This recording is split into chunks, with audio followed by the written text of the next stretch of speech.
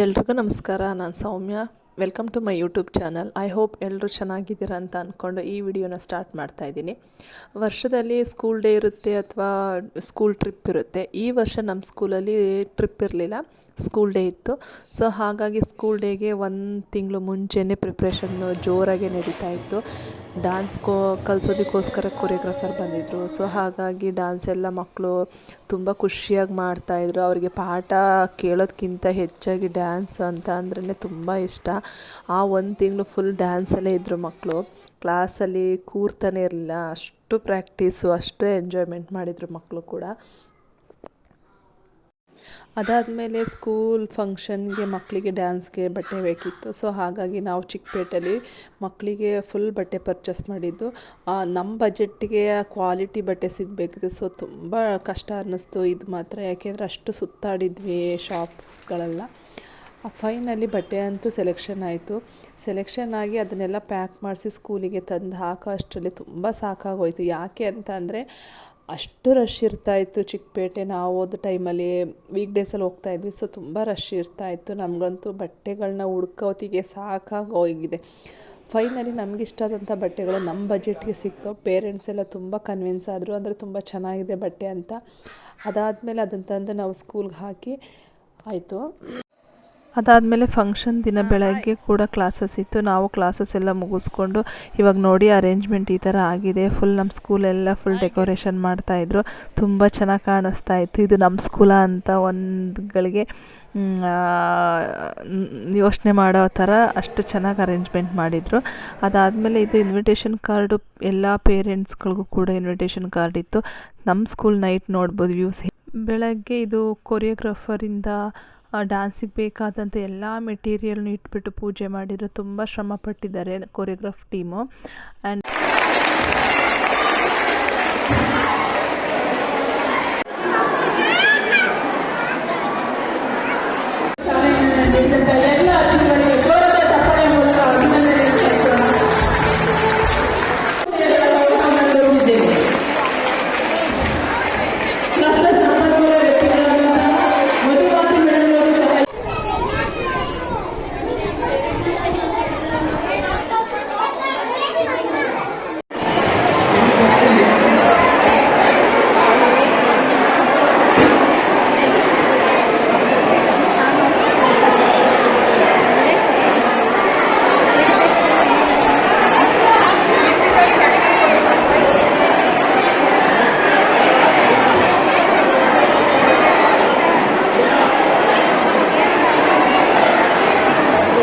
ಅದಕ್ಕೆ ಫುಲ್ ಇದಾಗ್ತಿಲ್ಲಪ್ಪ.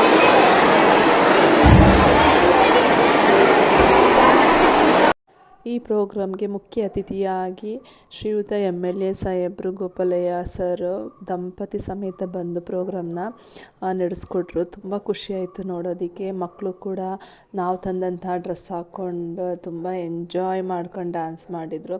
ಫೈನಲಾಗಿ ಈ ಲುಕ್ ಬಂತು. ಎಷ್ಟು ಚೆನ್ನಾಗಿ ಕಾಣಿಸ್ತಾ ಇದ್ದೆ ನಮ್ಮ ಮಕ್ಕಳು ಅಂತ ಅಂದರೆ, ಅವು ಮಕ್ಕಳು ಏನೇ ಮಾಡಿದ್ರು ಚೆಂದ.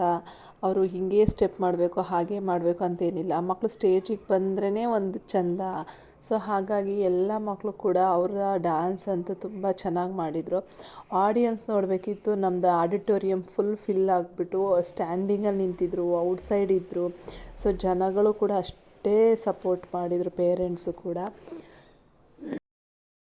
ಡ್ಯಾನ್ಸ್ಗಳು ಕೂಡ ಕಾನ್ಸೆಪ್ಟ್ ವೈಸ್ ಹೋಗಿದ್ದು. ಸೊ ಒಂದೊಂದು ಡ್ಯಾನ್ಸು ಕೂಡ ಒಂದೊಂದು ಕಾನ್ಸೆಪ್ಟ್ ಇತ್ತು.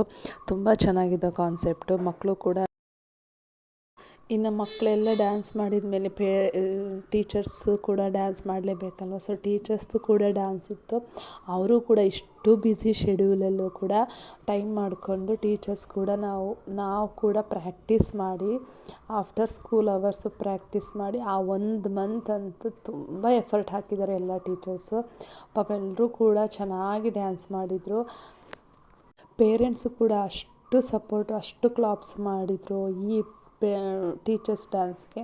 ಸೊ ತುಂಬ ಖುಷಿಯಾಯಿತು. ಫೈನಲ್ಲಾಗಿ ಡ್ಯಾನ್ಸ್ ಅದು ತುಂಬ ಚೆನ್ನಾಗಿ ಬಂತು. ಪ್ರೋಗ್ರಾಮ್ ಕೂಡ ಅಂತೂ ಯಾವುದೇ ರೀತಿ ತೊಂದರೆ ಇಲ್ಲದೇ ತುಂಬ ಚೆನ್ನಾಗಿ ಪ್ರೋಗ್ರಾಮ್ ಕೂಡ ಫುಲ್ ಕಂಪ್ಲೀಟ್ ಆಯಿತು, ಎಂಡ್ ಆಯಿತು. ಸೊ ಇದಾಗಿತ್ತು ನಮ್ಮ ಶಾಲೆಯಲ್ಲಿ ಈ ವರ್ಷ ಸ್ಕೂಲ್ ಡೇ ಮಾಡಿದ್ದು. ಈ ವಿಡಿಯೋ ನಿಮಗೆಲ್ಲ ಇಷ್ಟ ಆಗಿದ್ದರೆ ಪ್ಲೀಸ್ ಸಪೋರ್ಟ್ ಮಾಡಿ, ಲೈಕ್ ಮಾಡಿ. Thanks for watching.